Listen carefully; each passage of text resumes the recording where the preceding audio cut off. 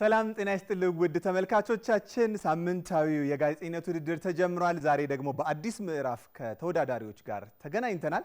በዚህ ምዕራፍ ደግሞ ባለፉት ሳምንታቶች በተመለከታችሁት መንገድ አድዋን ተመልክተዋል። የአድዋ ሙዚየምን ፒያሳ የሚገኘውን እሱን እያንዳንዱ በየራሳቸው መልክ በየራሳቸው ከለር ይዘግቡልናል።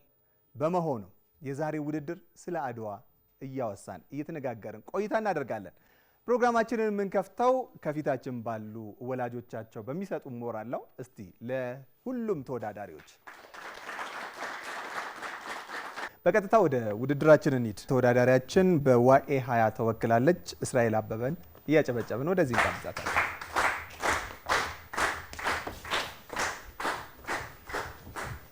የጥቁር ሕዝቦች ድል በክብር ተሰንዶ የተቀመጠበት የአድዋ ድል መታሰቢያ ሙዚየም ሲገነባ ለ127 ዓመታት መታሰቢያ ያልነበረው ድል በክቡር ጠቅላይ ሚኒስትር ዶክተር አብይ አህመድ የካቲት 3 ቀን 2016 ዓ.ም በመሃል አዲስ አበባ ፒያሳ የአድዋ ድል መታሰቢያ ሙዚየም የተመረቀ ሲሆን ለጎብኚዎቹም ክፍት ከሆነበት ጊዜ ጀምሮ በበርካታ ቱሪስቶች እየተጎበኘ ይገኛል። ከጀርባዬ እንደምትመለከቱት ሁለቱ ዋና የጦር መሪዎች ዳግማዊ አፄ ምኒልክና እቴጌ ጣይቱ እንዲሁም ሌሎቹ 12 የድል መሪዎች መታሰቢያው የተቆመበት ሲሆን በውስጠኛ ክፍሉ በጦርነቱ ጥቅም ላይ ያዋሉ ቁሳቁሶች በጊዜ የነበረው ሁኔታ በፎቶና በስዕል መልክ የሚያሳይ ፀሐይ በጣሊያን ሀገር ቆይታ የመጣችው ፀሐይ የጦርነቱ መነሻ የሆነው የውጫሌ ውል ስምምነት 17ኛው አንቀጽ የአማርኛና የጣሊያንኛ ትርጉም የሚገኝበት የጦርነቱ መነሻ የሆነው የውጫሌ ውል ስምምነት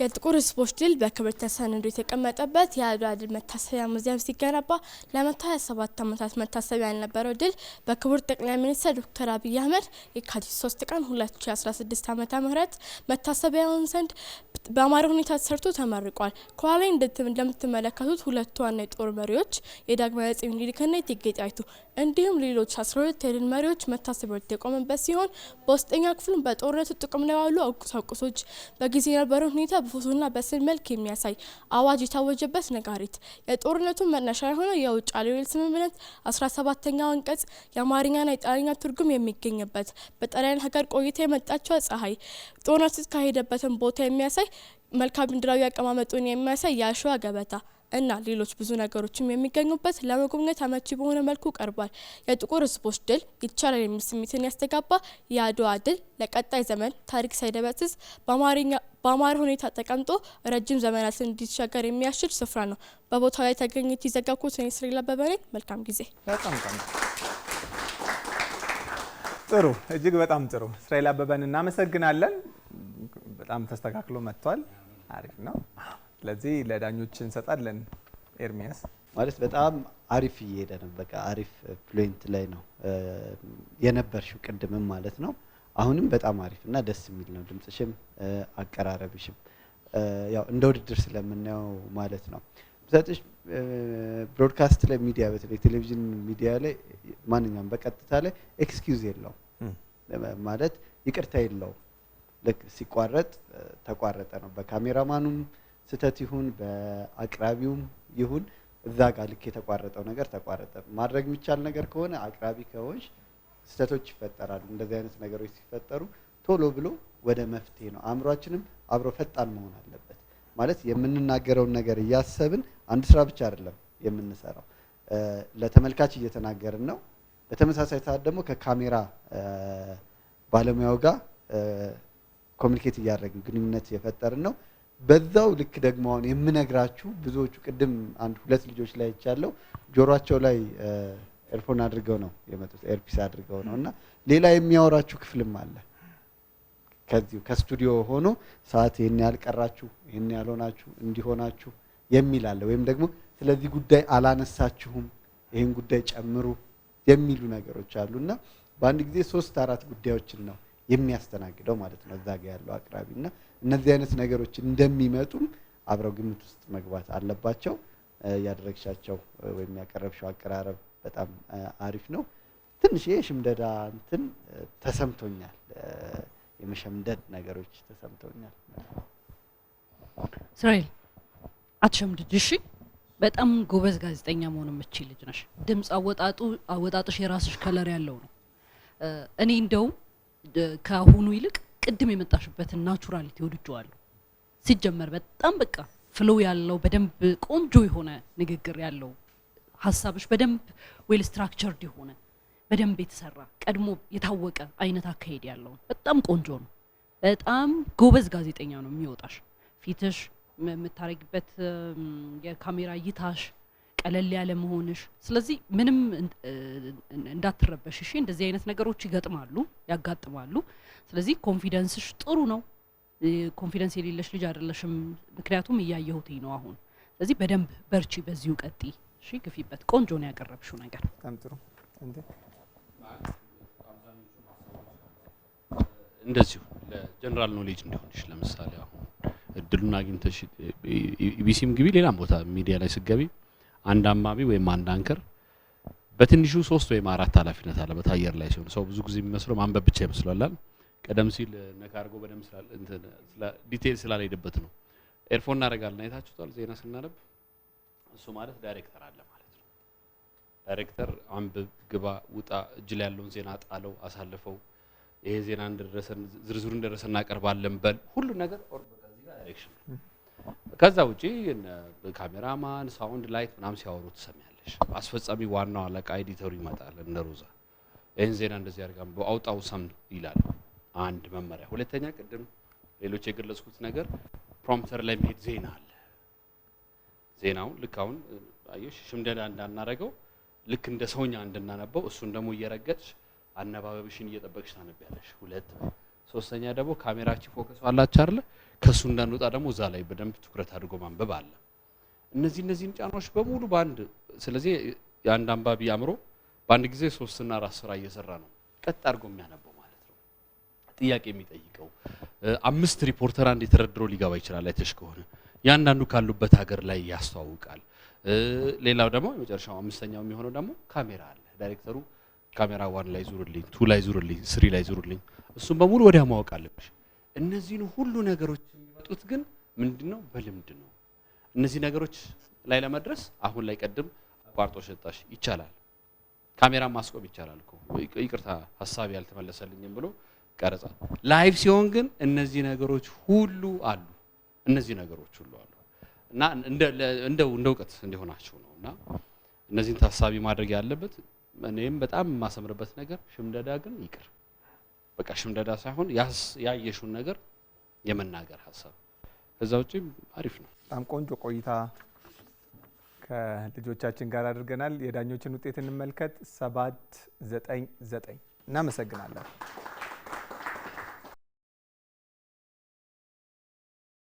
ውድድር ምንም አይልም፣ ጥሩ ነበረ። የሰራሁትን ያህል ባይሆንም እንደኔ እንዳሰብኩት ባይሆንም ውጤት አግኝቻለሁ።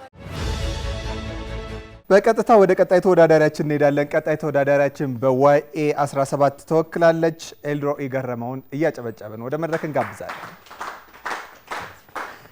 ዛሬ አድዋ ነው የምንገኘው፣ አድዋ ሙዚየም ነው። ሰላም ተመልካቾቻችን፣ እንዲሁም በሬዲዮ ጣቢያችን የምታደምጡን ውድ አድማጮቻችን፣ ከአድዋ ሙዚየም ወደ እናንተ እየደረሰ ያለውን የበዓል ልዩ የቀጥታ ስርጭት ፕሮግራም በመምራት አብሬያችሁ ቆይታ የማደርገው እኔ ኤልሮኢ ገረመው ነኝ። አብራችሁን ቆዩ።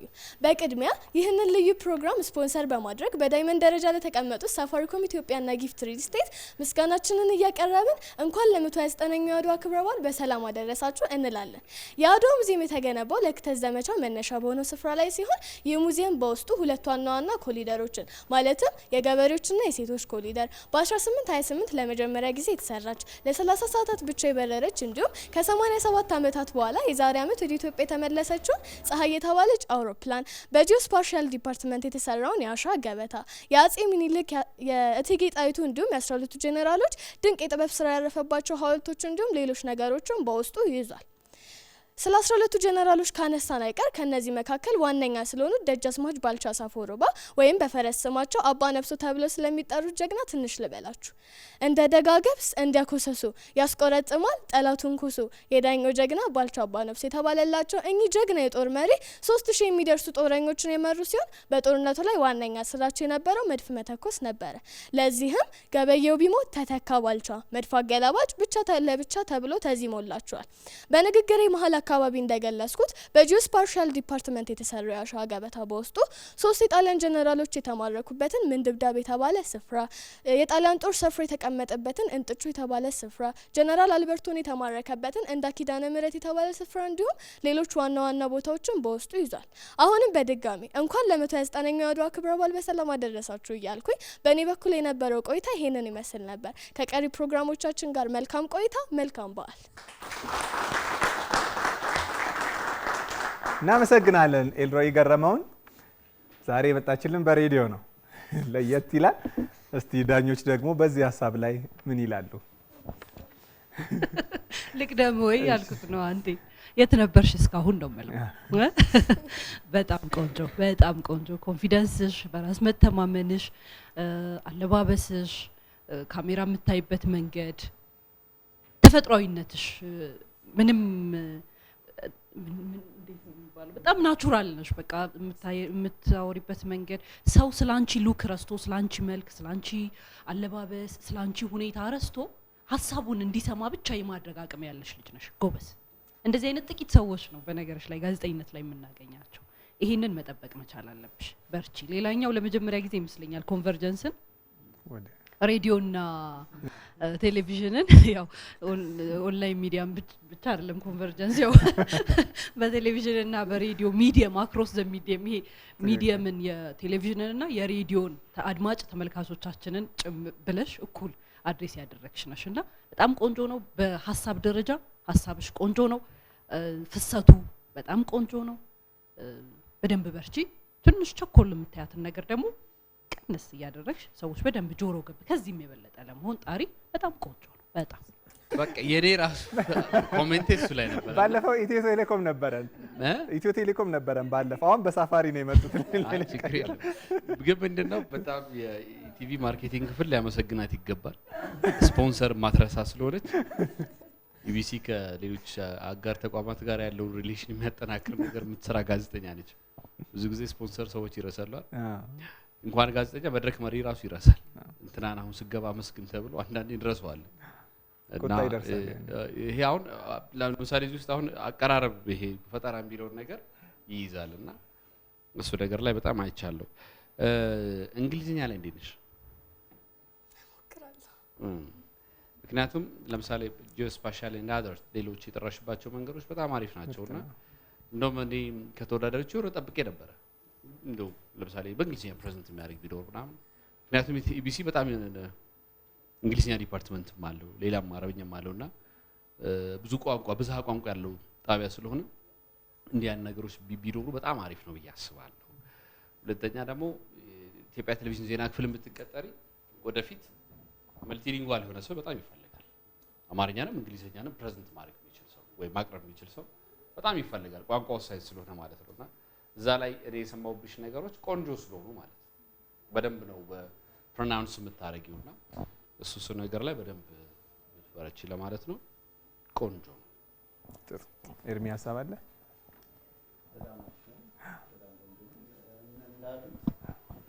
አንዳንድ ጊዜ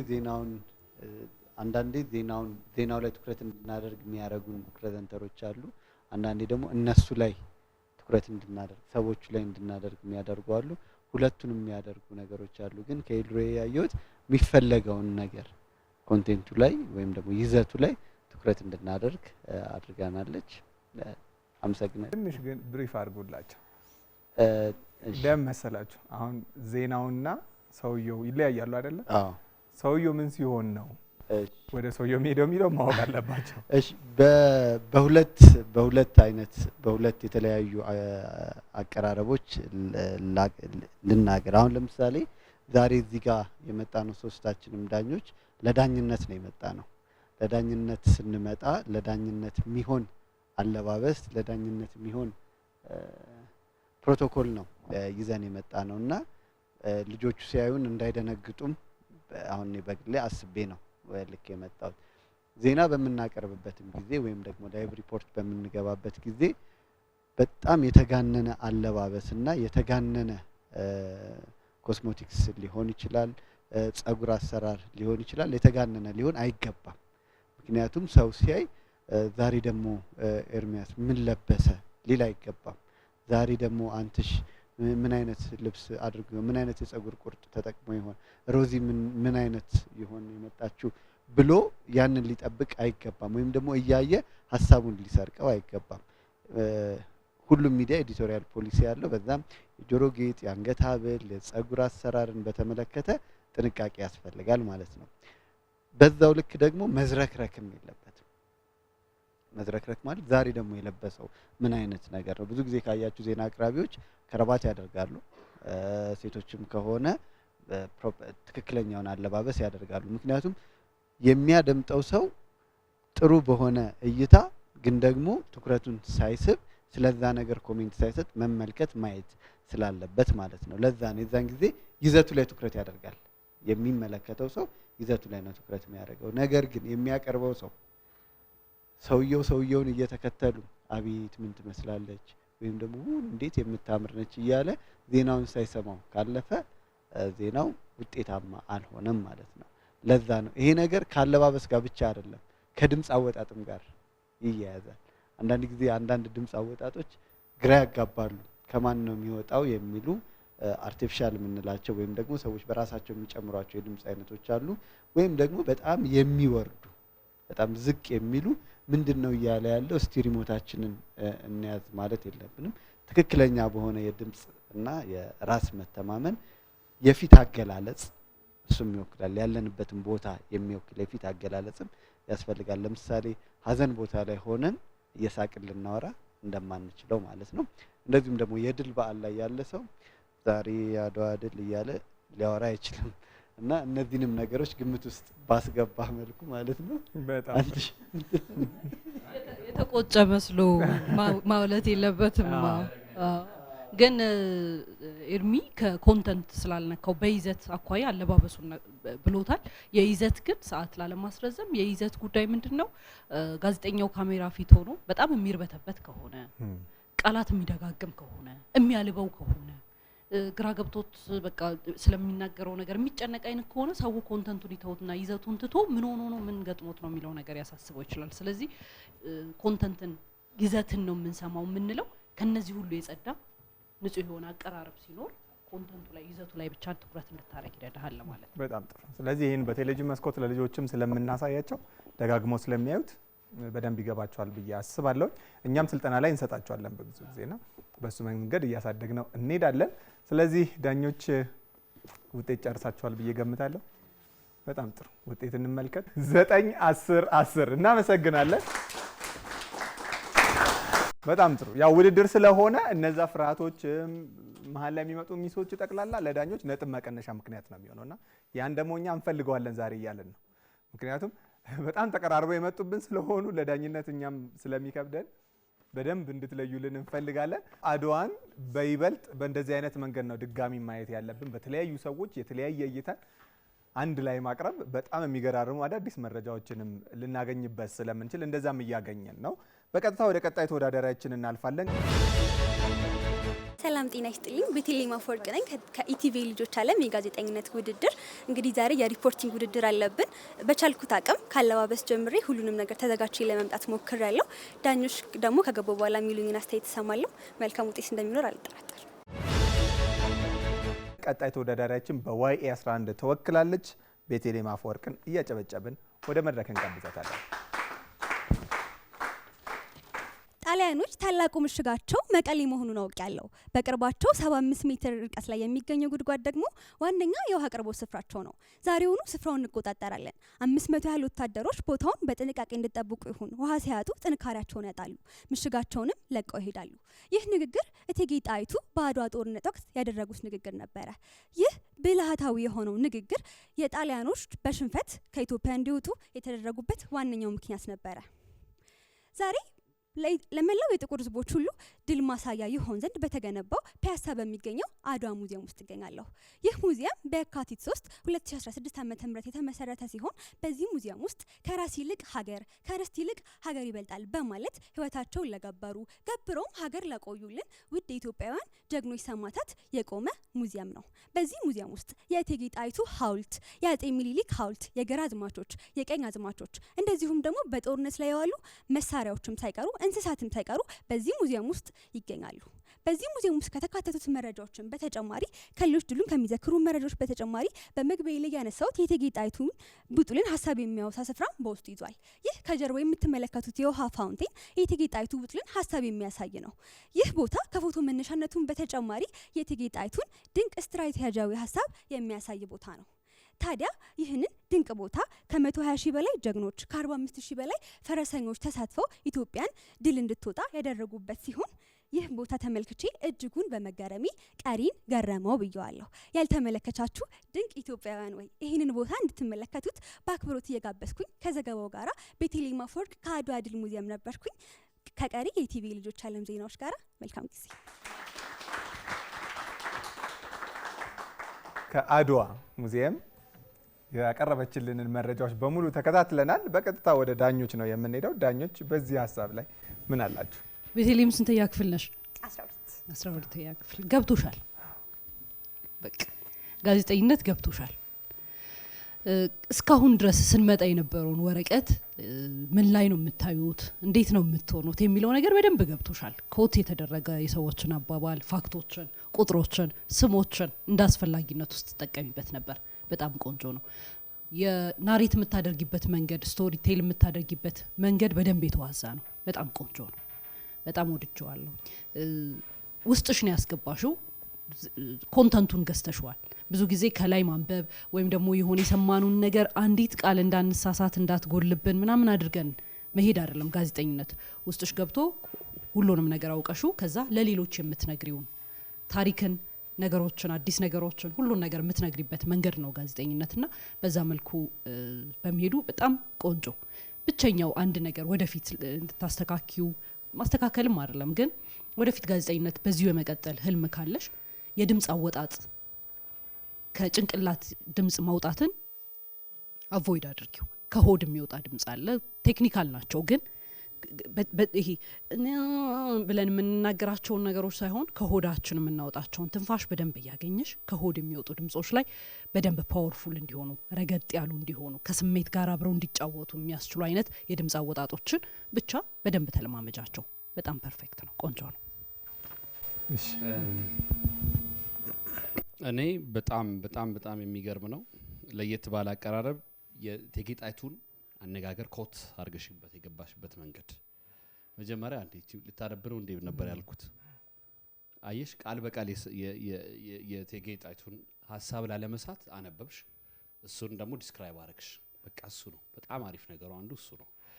ሁለተኛው ነገር ኦዲየንስሽን በደንብ አውቀሻል፣ መረጃሽን በጣም ፍሬም አርገሻል። ሙዚየሙ ያላቸውን ነገሮች ትንሽ ነካ አረግሽና ወደ ተነሳሽበት ፎከስ ፖይንትሽ መጣሽ።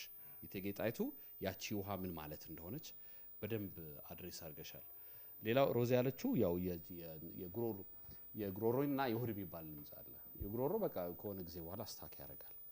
ከሆድ ከሆነ ግን በደንብ ጉልበት ይኖራል ብዬ አስባለሁ። ከዛ ውጪ ቀሪን ገረመውን አንብበሻል? መጽሐፍ ነው ባይዘው ቀጃዝማች ወልዴ ይባላሉ። በጣም የሚገርም የ5 አመቱ ፋሺስት ላይ የፋሺስት ዘመንን የአርበኞች ተጋድሎን የጻፉ ሰው ናቸው። የሚገርም መጽሐፍ ነው። እኔ እንደውም ያነበብሽው ነው የመሰለኝና እሱ መጽሐፍ እስቲ አንብቢው ስለጠቀስሽው ማለት ነው። በቃ በዛው ትገረሚበታለሽ። እና እንደኔ ባሁን ባለሽ አቀራረብ ጆርናሊዝም ዲግሪ ስጧት። በቃ ኤርሚ ትንሽ ያለክ መስሎኝ ነበር። ያው እኔ አገባቡ ነው እንደ ክፍል ደረጃና እንደ እድሜ ምን ጠብቀውም ነገር አብሮ ይጨምራል። ውድድር መሆኑም እንዳለ ሆኖ ማለት ነው። ብዙ ጊዜ አሁን አንቺ የገባሽበትን አቀራረብ እናንተ የሚያግዙኛል ድፍረት ይጠይቃል እንደዚህ ለመግባት በእንደዚህ አይነት አገባብ ለመግባት። ምክንያቱም ምንድነው የሚሉት ምናምን የሚል ነገር ስለሚመጣ ማለት ነውና ፈጠራን መጨመር በጣም አሪፍ ነው። በተለይ ዜና ላይ ሲሆን በመጀመሪያ ንግግር ልክ እንዳለው የኔም ማጠባበቅ እያነበበች ልትቀጥል ነው እንዴት ነው ይሄ ነገር የሚል ነው። ግን ሰውን ጆሮአችንን ያዝ አደረግሽ። ከዛ በኋላ የገለጽሽባቸው መንገዶች በጣም መልካም ነው። የድምጹን ነገር ያው አስቢበት። እኔም ተሰምቶኛል። በጣም ጥሩ። በቀጥታ ወደ ዳኞች ውጤት እንሄዳለን። 10-9-9 እናመሰግናለን። በጣም ጥሩ። ቀጣይ ተወዳዳሪያችን ደግሞ በዋይኤ 31 ፌኔት በላይ ወደ መድረክ እንጋብዛታለን። ለፌኔት በላይ እያጨበጨብን እንጋብዛለን። ፌኔት በኢትዮጵያ ቀን አቆጣጠር በ1888 ዓመተ ምህረት በአድዋ ተራራ ላይ ለጥቁሮች ነጻነት የሆነ ዓለምን ያስደነቀ ዜና ተሰማ። አድዋ። ሰላምና ጤና ውድ ተመልካቾቻችን፣ ይህ ቀጥታ ስርጭት ነው። ዛሬ በመሀል አዲስ አበባ በመሀል ፒያሳ ላይ በሚገኘው የአድዋ መታሰቢያ ሙዚየም ውስጥ እንገኛለን። በዚህ መታሰቢያ ሙዚየም ውስጥ የአድዋን ታሪክ የሚያወሱ ሐውልቶች፣ የአድዋ ዘማቾች የተገለገሉባቸው ቁሳቁሶችና ልዩ ልዩ መዛግብቶች ይገኛሉ። ታዲያ በ5 ክፍል ከፋፍለን የምናቀርብ ሲሆን በዛሬው ክፍል 1 ቆይታችን የአድዋ ጀግኖች የተገለገሉባቸውን ቁሳቁሶች የምናይ ይሆናል። ዋና ዋና የአድዋ ጀግኖች ሲጠቀሙባቸው የነበሩ ቁሳቁሶች ውስጥ ጠመንጃዎች፣ ጦርና ጋሾች፣ ጎራዴዎች እንዲሁም ደግሞ የጩቤዎች ለድሉ መሳካት ከፍተኛ አስተዋጽኦ ካደረጉ መሳሪያዎች መካከል ይጠቀሳሉ። በተጨማሪም ነጋሪት፣ የውሃ መጠጫ ኮዳዎች፣ የቅመማ ቅመም መያዣ እቃዎች እንዲሁም ደግሞ የማብሰያ እቃዎች ልክ እንደነ ከቀንድ የተሰሩ ማንኪያ እንዲሁም ደግሞ ከሸክላ የተሰራ ድስት ይጠቀሳሉ። በመጨረሻም የሙዚቃ መሳሪያዎች ልክ እንደነ ማሲንቆ፣ ክራር የመሳሰሉት በዛ በሙዚየም ውስጥ ተካተዋል። ተመልካቾቻችን የክፍል 1 ቆይታችንን በዚህ ያጠናቀናል። ሳምንት በክፍል 2 የ12ቱን የጦር መሪዎች ታሪክ የማቀርብላችሁ ይሆናል። ከዛ በፊት ግን በዛን ዘመን የነበሩት ገዢ ዳግማዊ አፄ ምኒልክ ያቀረቡት ለህዝቡ አነቃቂ የሆነ አንድ አዋጅ አስነግረው እንደነበር ይታወቃል። እሱም የሀገሬ ሰው ጉልበት ያለ በጉልበት እርዳኝ፣ ጉልበት የሌለ ለልጅ ለሃይማኖት ስትል በጸሎት እርዳኝ፣ ወስልተ የቀረ እንደሆነ ግን ኋላ ትጣላኛለህ፣ ማርያምን አለቅህም የሚል ለህዝቡ አንድ አነቃቂ አዋጅ አስነግረው እንደነበር። ለዛሬ በዚህ ይበቃናል። እስከ ሳምንት፣ መልካም ሳምንት። እናመሰግናለን ፌኔት በላይ።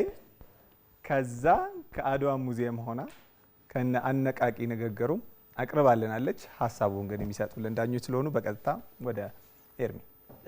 ፌኔት ስንት ያክል ተማሪ ነሽ? 7 ያክል ተማሪ። እድሜሽ ስንት ነው?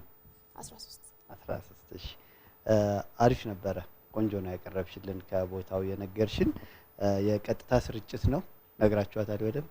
እሺ፣ ክፍል አለው ስትለኝ ብዙ ጊዜ በደንብ ኮንሺየስ መሆን ማለት በደንብ ትኩረት መስጠት ያለብን ነገር ዜና ላይ የምናቀርበው ዜና መቼ ነው በምን አይነት ሁኔታ ነው የሚቀርበው የሚለውን ነገር በደንብ ማሰብ መቻል አለብን። ሌላው ፈጠራሽ አሪፍ ሆኖ የመጨረሻው ንግግርሽ መጀመሪያ ላይ ቢመጣ ኖሮ በጣም ደስ ይለኝ ነበረ። ሌላ አለባበስሽ፣ ሉክሽ አሪፍ ነው። ከዛ ባሻገር ማንበብሽም አሪፍ ነው። ግን ፋክቶች ላይ ነው ብዙ ጊዜ ስናነብ ፎከስ የምናደርገው ማለት ነው። ይሄንን ነው ያየሁት። ቆንጆ ነው በጣም። መጨረሻ ላይ ብቻ ቅድም ያለት ኤርሚ ወደ መጀመሪያ ብታመጡ መግቢያ ይሆንሽ ነበር አንድ። ሁለተኛ ላይ የአድዋ ዘማቾች የተገለገሉበት መገልገያ ላይ ብቻ ማተኮረሽ እቺ ትኩረት ያደረግሽባት አንዱ ነጥብ እሱ ነው። እንደዛ ሲሆን ሀሳብ እንዳይዝረከረክ ትልቅ ጥቅም አለው። ይሄ ካንቺ የሚወሰድ አሪፍ ነገር ነው። መጨረሻ ላይ ማንሳት የምፈልገው የሰዎች ንግግርን ኮት ስናረግ ለምሳሌ ዳግማዊ ምኒልክ ያሉትን ሀሳብ ስንወስድ መጨረሻ ላይ ያሉት ማርያምን ወስልተ የቀረ እንደሆነ ምሬ አልምርህም ነው ያሉት እንጂ አልለቅም አላሉት። ማለት ምሬ አልምርህም ምትል አረግ ብቻ ነው የተጠቀሙትና የሰዎች ሀሳብ ከሆነ ቃል በቃል ነው መቀመጥ ያለበትና ወደኛ አርገን ፓራፍሬዝ ማድረግ ወይም ወደኛ አርገን መውሰድ አንችልም። እንደዚህ አይነት ነገሮች ላይ በጣም በጥቅ ግን የሳቸውን ሀሳብ በቃል ለማለት መሞከርሽ ደግሞ በጣም አሪፍ ነው። በጣም ጥሩ። ስለዚህ ለፌኔት በላይ ያለውን ነጥብ ከዳኞች እንመለከታለን። 9-8-7 እናመሰግናለን። በጣም ጥሩ።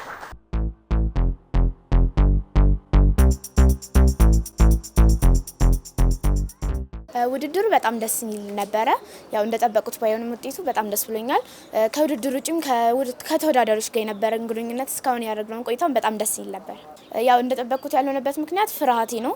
ፍርሃቴን ማስወገድ እንዳለብኝ በዚህ ተምሬያለሁ።